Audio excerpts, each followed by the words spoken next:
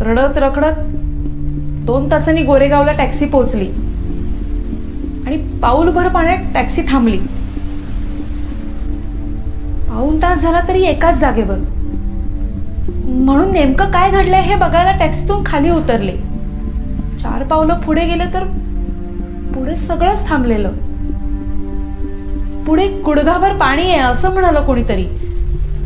म्हणून मग परत मागे आले तर तिकडे टॅक्सीच नव्हती. मागच्या गाडीवाल्याने सांगितलं की ती डाव्या बाजूने खाली उतरून निघून गेली. त्याच्या काळजाचा ठोकाच चुकला. टॅक्सीचा नंबरच बघितला नव्हता मी.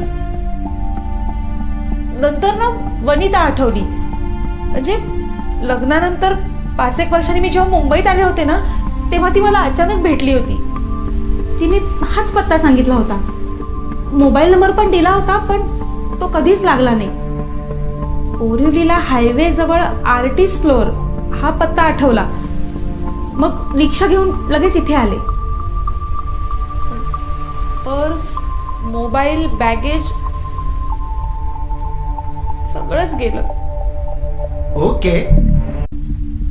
रडत रखडत 2 तासांनी गोरेगावला टॅक्सी पोहोचली आणि पाऊलभर पाण्यात टॅक्सी थांबली.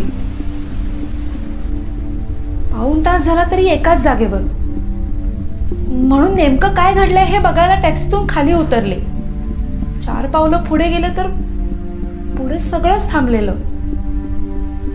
पुढे गुडघाभर पाणी आहे असं म्हणालं कोणीतरी. म्हणून मग परत मागे आले तर तिकडे टॅक्सीच नव्हती. मागच्या गाडीवाल्याने सांगितलं की ती डाव्या बाजूने खाली उतरून निघून गेली. त्याच्या काळजाचा ठोकाच चुकला. टॅक्सीचा नंबरच बघितला नव्हता मी. नंतर ना वनिता आठवली. म्हणजे लग्नानंतर 5-1 वर्षांनी मी जेव्हा मुंबईत आले होते ना तेव्हा ती मला अचानक भेटली होती. तिने हाच पत्ता सांगितला होता. मोबाईल नंबर पण दिला होता पण तो कधीच लागला नाही.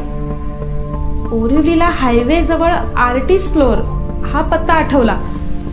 मग रिक्षा घेऊन लगेच इथे आले. पर्स, मोबाईल, बॅगेज सगळंच गेलं. ओके.